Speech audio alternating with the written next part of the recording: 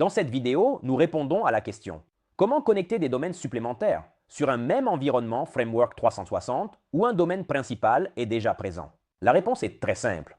Pour connecter les domaines supplémentaires, il faut tout d'abord, évidemment, les acheter. Pour les acheter, nous pouvons aller sur Aruba, par exemple, qui propose des prix très bas pour l'achat de domaines, ou bien sur d'autres fournisseurs comme SiteGround, GoDaddy, Register, il y en a beaucoup d'autres.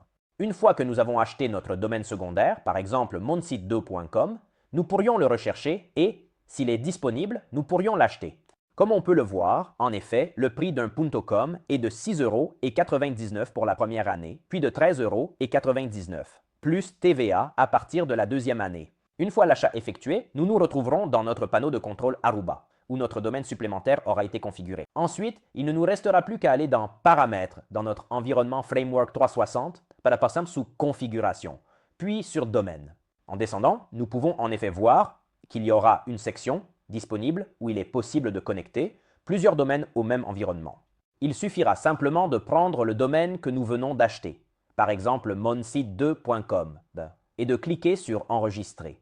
Ensuite, il nous suffira simplement de prendre l'adresse IP du serveur, sur lequel fonctionne Framework 360, de cliquer sur Copier, qui nous sera toujours affiché ici dans la section Paramètres, Configuration et Domaine, puis d'aller sur notre service d'hébergement où nous avons acheté notre domaine, de cliquer sur le panneau de contrôle dans le cas d'Aruba, puis dans la barre latérale à gauche, de cliquer sur Domaine, puis sur Gestion DNS Name Server.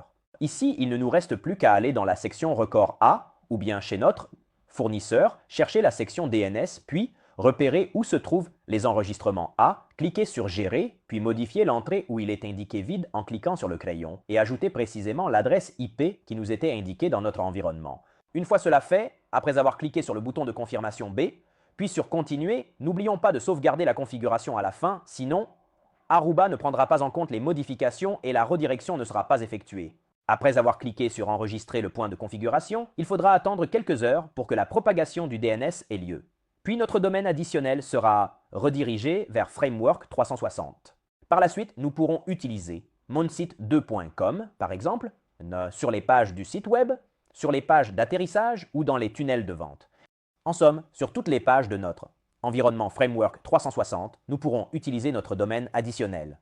Il suffira simplement de cliquer sur « Ajouter une page » et, comme nous pouvons le voir, ici, il y aura l'option « Lier un domaine » puis la possibilité de sélectionner le domaine additionnel monsite2.com.